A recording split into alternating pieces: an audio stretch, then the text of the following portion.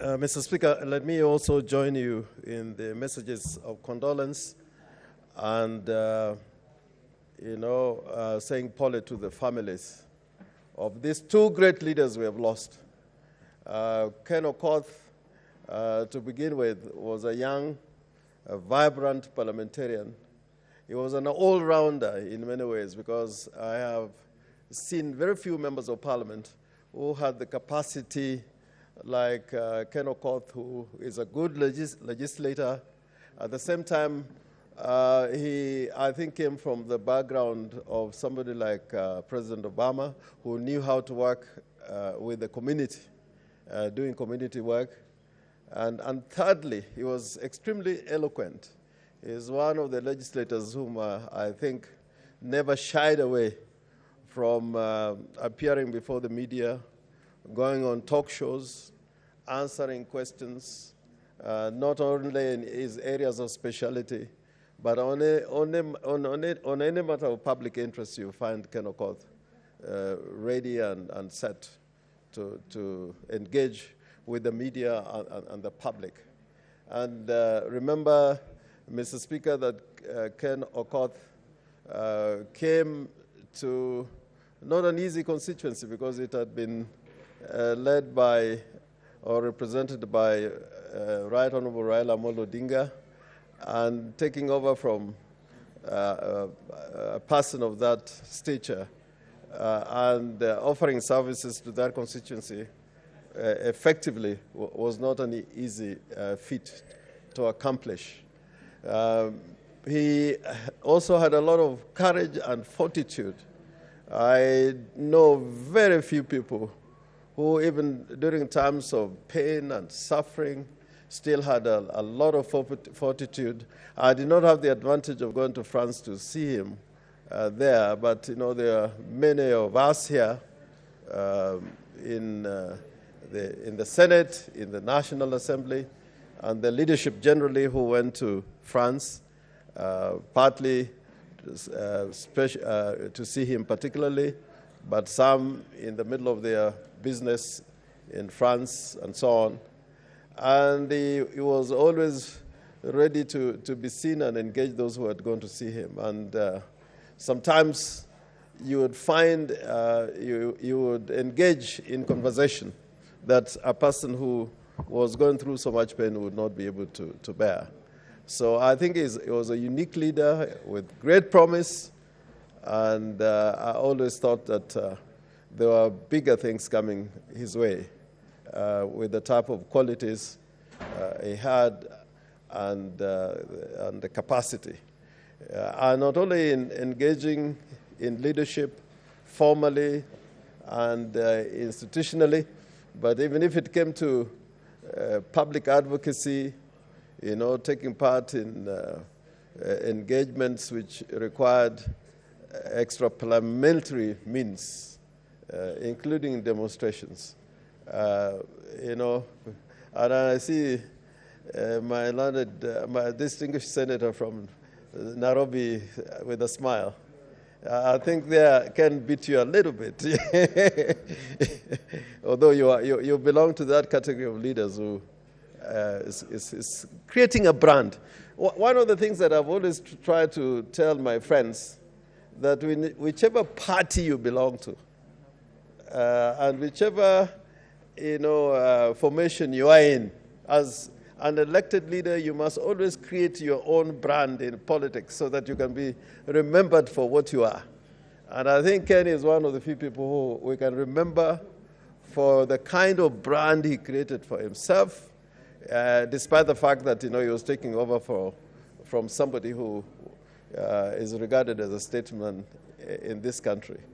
I hope that his family will have the fortitude and strength to bear this sadness and misery and tragedy meeting a young man of his age. May the good Lord rest his soul in eternal peace. Equally, Mr. Speaker, Governor Laboso was a trail blazer because he did a lot of things which many people of her time and her age were not able to accomplish. In a matter of a decade, he became the first female deputy speaker of the National Assembly and was amongst the first 3 women governors in the country. And she was truly learned. People read literature, and sometimes you would find they probably read English literature and were proficient in English. It is rare to find somebody who got the highest degrees in English and French. And I know the French are very proud. I used to have a French teacher called Monsieur Pujos. The French believe they're the best in the arts. And if you had...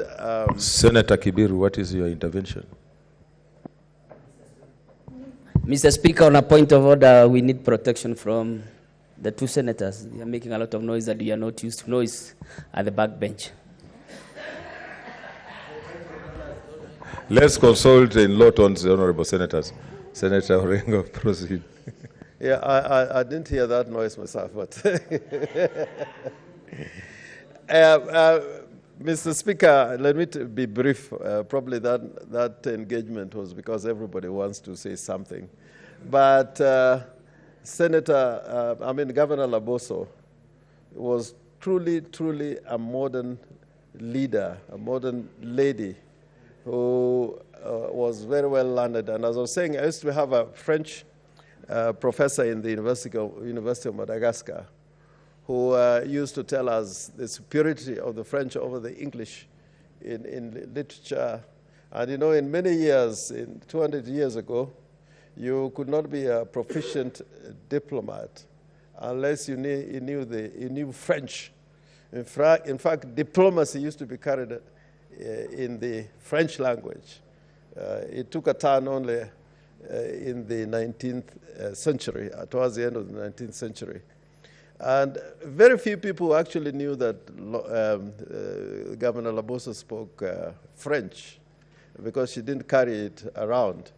But she was not just a good speaker of the French language, but very well versed in French history and French literature. And then to go down in Bomet, I've lived in Kericho, the larger Kericho. And to be elected governor from that area was a feat. And I hope that the lady senators who are here, distinguished senators, we want to see you in the next coming elections becoming governors. I can see some of you there. Yeah? You have what it takes to be governors.